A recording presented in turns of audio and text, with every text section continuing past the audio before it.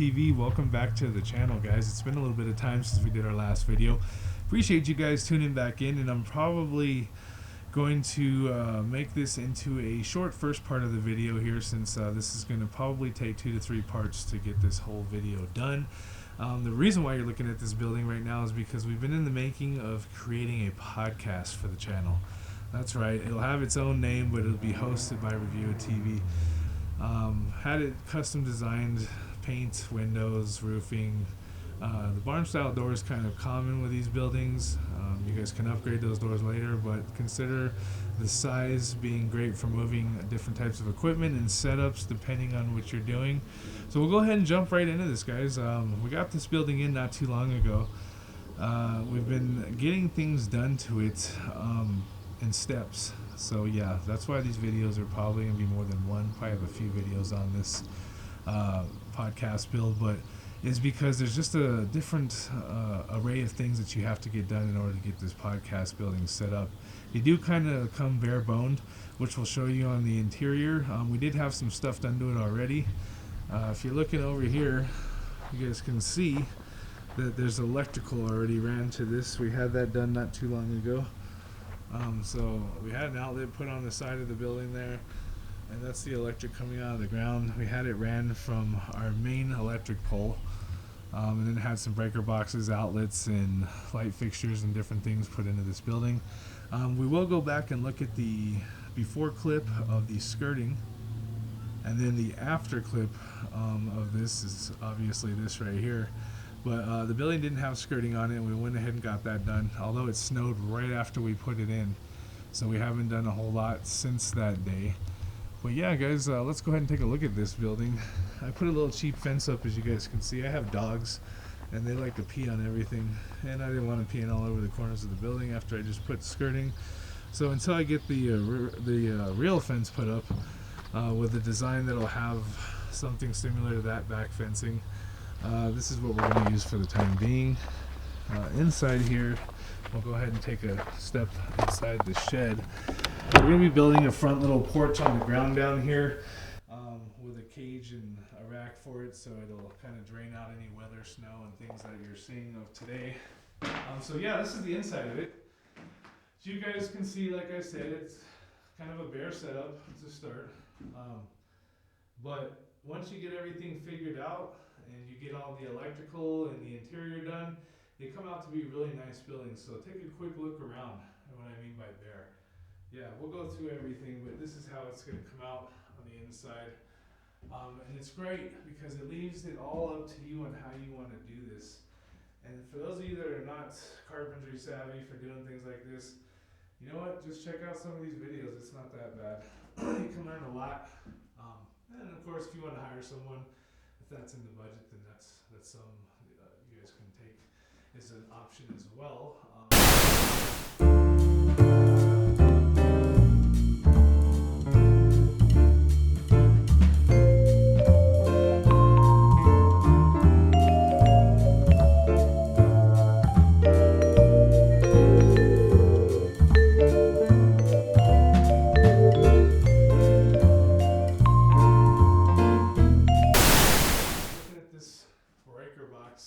This was the initial breaker box that they had put in. It'll have different breakers for the split AC unit that we're going to have, and then of course different sides of the lighting and light fixtures that we have in here. If you look down at the bottom, you can see that there's the exterior outlet that's going outside that you seen a second ago. There's probably a couple outlets on each wall, and then of course there's this outlet. This outlet is the Ethernet and RG6 cable for like DirecTV or whatever. It's just kind of tacked off to the wall now until we put the outlet in. The internet company is coming out tomorrow, in fact, and they're going to be putting a modem and its own internet separate from our main building. So it'll have its own modem, separate lines, separate account. That's kind of something you want to do to keep your bandwidth down, so that way when you're recording or doing live videos, you have plenty of internet. Depends on where you live and the type of speeds that are available. So that's something to think about. More outlets, electric outlets. Got one here, there. Light switch outlet. And if you come up to the roof, You can see we had an outlet put there, and we're gonna go ahead and sheetrock at the very top of the roof up there, and get it taped and textured. And there's a light outlet, and then another light outlet. But so that's the roof and the outlets that we're gonna have up there, and then we have another outlet up here, just in case we wanted to plug something in above ground. So yes, plenty of outlets and different options as far as that goes. Let's take a look outside. Now that we showed you guys the inside. Weather King makes this building, so if you're interested, check out Weather King. They're online. So walking around the back of this building, you guys will see the snow still, but here's the back. There's the breaker box for the splits air conditioning unit, or any air conditioning unit for that case. You can see our skirting's already gotten dirty from the water dripping off onto the ground, but not a big deal. That happens. Breaker box. So that way you can get a little glimpse of that. So that's where they'll wire into that. So yeah, you kind of want to do the electrical right and have an electrician come out and do that, unless you are one yourself. A lot of people just do their own stuff if they're smart enough for that. Back of the building, very tall building, so yeah, skirting was needed, and of course vented. Keep the vents on. We put 3 vents. We didn't put one on the front of the building because we don't plan on having that accessible anyways when we put a little deck here in the front of this, so it's a quicker step up into the building. But yeah, so this is the building, guys. Hey, there we go. So we're going to go ahead and check out some of the clips of the installation of the skirting. And then from there, we'll go ahead and jump into some of the equipment that we're going to be installing. And then we'll give you the forecast for the future videos for the rest of this build, because this is going to take a while and some different steps to get it done. But let's go ahead and check out the next clip.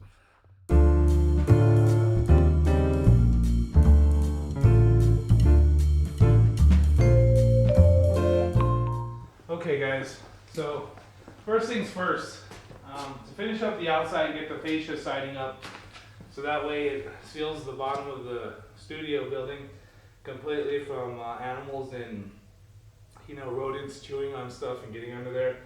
I went and brought this. This is a 12-inch wide by 12 foot long. What I need to do is I need to trace out the vents. And we're going to make this kind of brief. This isn't a tutorial on how to do each step. I'm just kind of showing you what I'm doing in a mild way of things, and giving you just a kind of a bird's eye view real quick. And then from there we'll go to the next step, obviously, in the different clips throughout all the videos we'll make of this. Hopefully it'll only be like 2 videos, maybe 3. It just depends on the time frame. This is going to take a couple months in between, so you guys will see that as the scene changes from one video to the next. But yeah, so I bought these vents, and I put them on here. I'm going to trace, which I already did, around on here so I can cut out the holes, and that way I can make sure there's still room to put the screws in. I just went ahead and marked 6 foot center, and my center line here will match up with the center hole on this vent right here, which is right here, so that way the actual vent will be even in the middle. And then what I'm going to do is I'm just going to drill a couple small holes here. Then I'll get my Sawzall or my skill saw and I'll just cut those out real quick. And then that way I can paint these. And I'll paint them a color which is slightly off from the actual gray color of the building, but it kind of defines the skirting and gives it its own like look to it, so it's not completely one solid color. So yeah, that's what we're going to do next.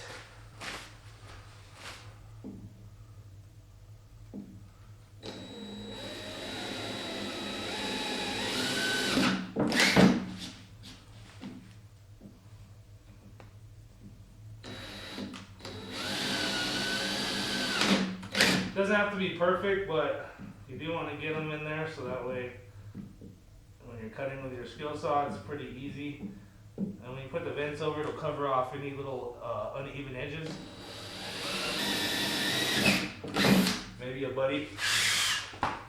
So yeah, so now what I'll do is I'll just go ahead and take my saw and cut from hole to hole right here, and then that'll be done. I'll clean up the edges and I'll get this painted, and then we'll get the vent on. Okay guys, so I'm gonna cut the vent hole out. You know, use your safety gear, your better judgment when you're doing this stuff. You don't want to have something fly up in your eye or any of that stuff. So yeah, I'll leave that up to you. You guys are grown adults. Yeah, so we've drilled some holes here around. We're gonna go ahead and just put the blade and cut in there. There's no real pretty way of doing this. Just kind of.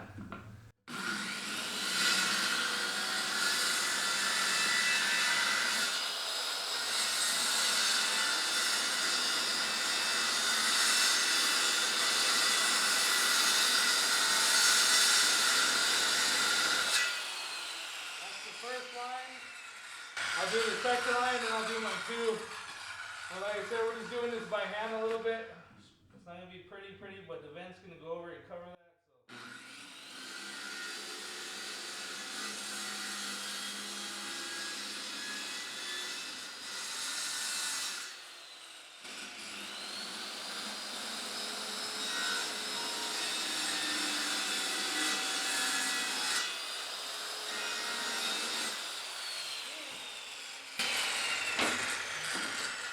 Have the 2x4s under here propping this up a little bit. And see what happens is it gets in the way under there, so you got to move the 2x4s a little bit.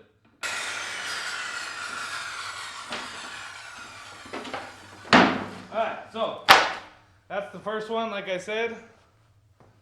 That's how that's going to work.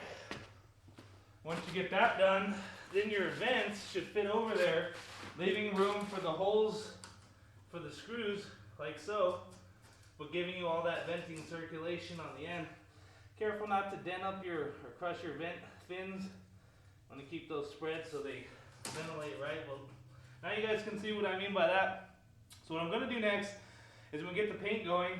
I'm going to paint all this, then I'll get the vent back on and screwed into the fascia, and then we'll get the fascia started mounting onto the building. There we go. So we're just going to slide it right on here. So it'll be nice and ready for the skirting to go up by the end of the day once all this dries. So in the meantime, I'll just go ahead and get this on.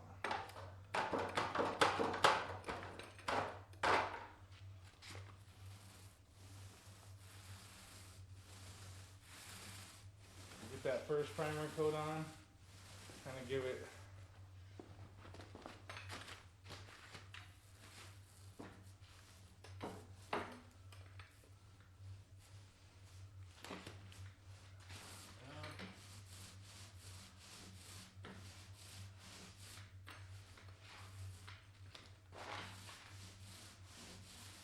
Alright guys, so got these painted.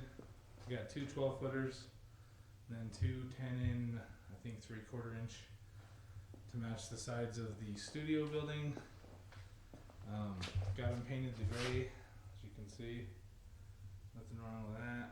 Everything looks good. And then the vents, I didn't put a vent on the very first one. It'll be on the front of the building just because I'm going to have a little like step up deck, kind of like to help make the first step not so high, which will look decent. But it would block the vent if we had one, so no point in putting on the vent. But yeah, so got those done, painted vents, and go ahead and get these guys mounted.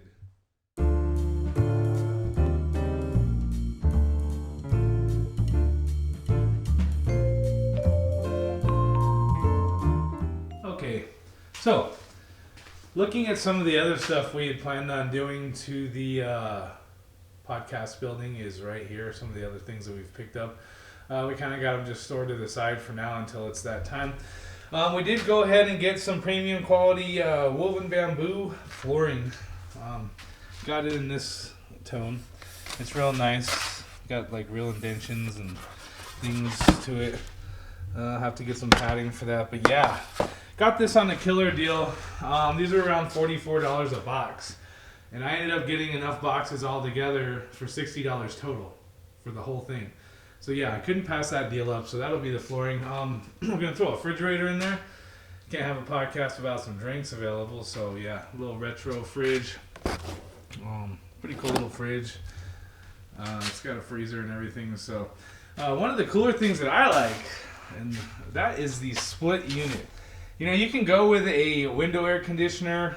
It just looks tacky. It's really noisy and takes up one of your windows. So I decided to go with a split unit. Got this split unit on a $300 deal, so couldn't resist that. Dial is the brand of this particular one, but you've got your main outdoor unit and then your indoor head unit, heating and cooling, so that's going to be awesome. Also check out the lighting I got here. So we got some lighting here. We did pick up some Allen and Roth light fixtures, mini pendants.